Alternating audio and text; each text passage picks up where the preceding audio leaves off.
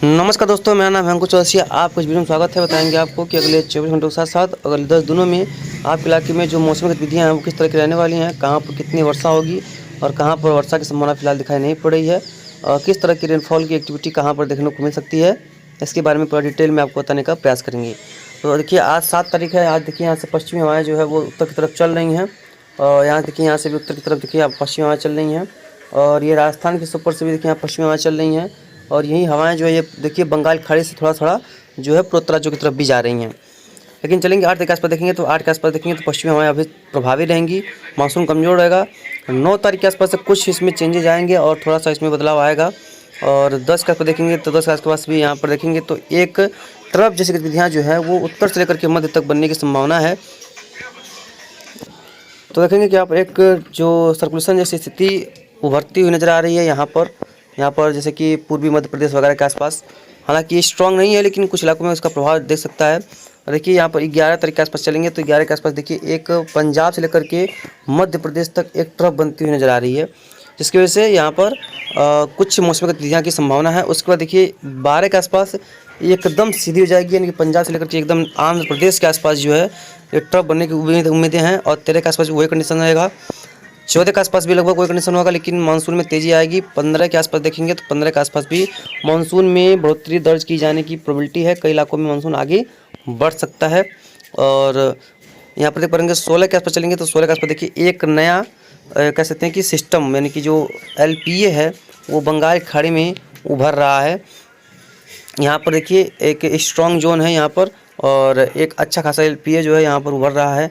देखिए यहाँ पर ये एकदम उत्तरी बंगाल खाड़ी में 17 के आसपास से थोड़ा सा स्ट्रॉन्ग होगा, और 18 के आसपास देखेंगे तो ये अंदर की तरफ उत्तरी उड़ीसा को पार करेगा। यानी कि 18 के आसपास देखेंगे तो ये जो है उत्तरी उड़ीसा के तट को पार करेगा। और इसके बाद इसका डायरेक्शन अभी के मुताबिक ऐसा लग रहा है कि ये जो इस तरह से आगे बढ़कर ये यहाँ तक जाने की इसकी जो संभावनाएं हैं वो नज़र आ रही हैं। और देखिए 19 के आसपास देखिए वो एकदम सेम टू सेम कंडीशंस, और 20 के आसपास देखिए दिखा रहा है कि ये थोड़ा सा नीचे की तरफ चला जाएगा, यानी कि हल्का सा यहाँ से नीचे की तरफ जाएगा, लेकिन इसके जो प्रभाव है गुजरात राजस्थान के कई इलाकों में पड़ने की संभावना है। अगर ये सिस्टम यहाँ तक पहुँचता है तो गुजरात और राजस्थान में कई इलाकों में काफ़ी तेज़ और मूसलाधार बारिश होने की संभावना रहेगी। कई इलाकों में यहाँ पर भीषण बारिश की जो उम्मीदें हैं उसको कर सकते हैं। कई इलाकों में काफ़ी ताबड़तोड़ रेनफॉल की एक्टिविटी यहाँ पर दर्ज की जा सकती है। तो यहाँ पर सतर्क रहें, सावधान रहें। कई इलाकों में यहाँ पर जो बारिश की गतिविधियाँ हैं वो देखने को मिल सकती हैं, और इस सिस्टम की वजह से मानसून में काफ़ी प्रगति देखने को मिलेगी। और 20 तारीख के आसपास 22 तारीख के आसपास राजस्थान के कई इलाकों में भी कुछ इलाकों में मानसून की एंट्री हो सकती है, ऐसा फिलहाल लग रहा है। हालांकि इसमें जैसे कि आपको बताया है कि सिस्टम का जो डायरेक्शन होता है, सिस्टम का ट्रैक होता है, वो सिस्टम बनने के बाद कंफर्म हो पाता है, उसके पहले कुछ भी कंफर्म नहीं हो पाता। तो जो भी होगा आप आगे देखा जाएगा। अब बात करते हैं GFS मॉडल्स की। GFS में देखेंगे GFS में क्या तरह की देखिए यहाँ पर गतिविधियाँ हैं। देखेंगे 8 के आसपास चलेंगे, देखिए 8 के आसपास तो यहाँ पर देखेंगे यहाँ जो ये कह सकते हैं कि जो यहाँ पर जो ट्रफ है ये देख पा रहे हैं कि पंजाब के आसपास क्षेत्रों से लेकर के उत्तर प्रदेश तक बनी हुई है कल तक। हालांकि कल यहाँ पर कोई खास वर्षा नहीं होगी, लेकिन 9 तारीख की देखिए यहाँ पर कुछ चेंजेज आने की प्रोबेबिलिटी है, और मानसूनी हवाएं 9 तारीख से यहाँ पर हावी होने की संभावना है। GFS के हिसाब से जो मानसूनी हवाएं हैं वो 9 तारीख से कई इलाकों में हावी हो जाएंगी, और मानसून तेज़ी से आगे बढ़ने की संभावना है 10-11 के आसपास। देखिए यानी कि हवाएं तो पहुंचने लगी हैं, भले ही मानसून आगे नहीं बढ़ा, लेकिन देखिए हवाएं यहाँ पर पहुंचने लगी हैं। और ये दिखा रहा है कि एक सर्कुलेशन लो प्रेशर स्थिति जो है ये उत्तर प्रदेश के ऊपर 10 तारीख के आसपास बनता हुआ नजर आ रहा है। ये थोड़ा सा देखने की बातें हैं कि ये कितना सटीक इसमें होता है। अगर ऐसा होता है तो यहाँ पर कई इलाकों में घनी वर्षा हो सकती है, कई इलाकों में तेज बारिश की संभावना रहेगी। 11 के आसपास सिस्टम खत्म होगा, आंध्र प्रदेश का सिस्टम बनेगा 12 के आसपास भी, और 13 के आसपास भी एक सिस्टम बनेगा, और 14 के आसपास वो आगे जाएगा और उसके बाद खत्म हो जाएगा। उसके बाद देखिए एक उत्तरी बंगाल खाड़ी पे 16 तारीख के आसपास सिस्टम बनेगा।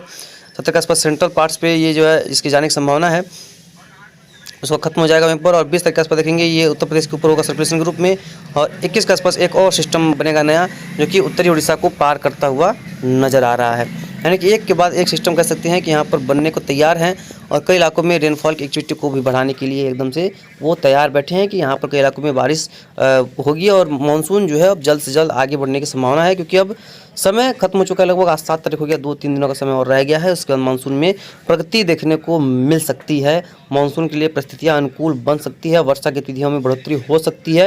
यानी कि कई सारे बदलाव जो है वो देखने को मिलने की प्रबल संभावनाएँ दिखाई पड़ रही हैं। होता क्या है, जब मानसून ब्रेक फेज में होता है, जैसे कि मान लीजिए यहाँ पर ब्रेक फेज में फिलहाल यहाँ पर उत्तर भारत, ये जो भारत क्षेत्र में, तो जो सब नीचे तक की तरफ चलेंगे तो यहाँ पर देख पाएंगे, यहाँ पर जो है वो वर्षा होती है इन क्षेत्रों में। इन क्षेत्रों में वर्षा देखने को काफ़ी स्ट्रांग मिलती है, क्योंकि मानसून उस समय ब्रेक फेज में होता है। मानसून क्योंकि यहाँ हमारे तेज़ी से आगे की तरफ नहीं बढ़ती, तो यहाँ पर बारिश की गतिविधियाँ यहाँ पर देखने को कई इलाकों में मिलती हैं और स्ट्रांगली हैवी रेनफॉल होती है, और इसका प्रभाव यहाँ पर भी देखने को मिलता है इन क्षेत्रों में। इन क्षेत्रों में भी कई इलाकों में वर्षा जो है वो दर्ज की जाती है मानसून ब्रेक फेज के आसपास, और इन क्षेत्रों में भी कुछ इलाकों में वर्षा देखने को मिलती है। यानी कि जो हिंद महासागर क्षेत्र है, यहाँ पर वर्षा कई इलाकों में काफ़ी ठीक ठाक होती है और समुद्री क्षेत्र में होती है, लेकिन भारत में उस समय बारिश में काफ़ी व्यापक कमी रहती है। यानी कि पूरी तरह से बारिश जो है वो लगभग बंद से हो जाती है, उसे बोलते हैं मानसून का ब्रेक फेज। हालांकि जब ट्रफ बन जाती है तो तराई के बेल्ट में वर्षा होती रहती है, और एकदम नेपाल में सटी जाती है तब तराई के बेल्ट में भी वर्षा कम हो जाती है, यानी कि मानसून कमजोर हो जाता है। तो ऐसा होता है। तो फिलहाल मानसून पहुँचा नहीं है, तो मानसून ट्रफ अभी फिलहाल पूरी तरह से बनी नहीं है। देखिए ये है क्लाउड्स। देखिए इसमें अभी फिलहाल कुछ सेंट्रल पार्ट्स पे कुछ बादल वगैरह दिखाए हैं आपको, देख पाएंगे, ये देख पाएंगे देखिए, और कुछ वेस्ट कोस्ट पे दिखाई पड़ रहे हैं और कुछ बंगाल खाड़ी में। तो यानी कि इस समय मानसून का ब्रेक फेज चल रहा है, जैसे हम आपको बताए थे, और हमको पहले बताए थे कि 9 तारीख से पहले मानसून में कोई प्रगति नहीं होगी, और आपने देख भी लिया। और क्या कितनी प्रगति देखने को मिली है और कितना मानसून आगे बढ़ा है, कितनी वर्षा हुई है।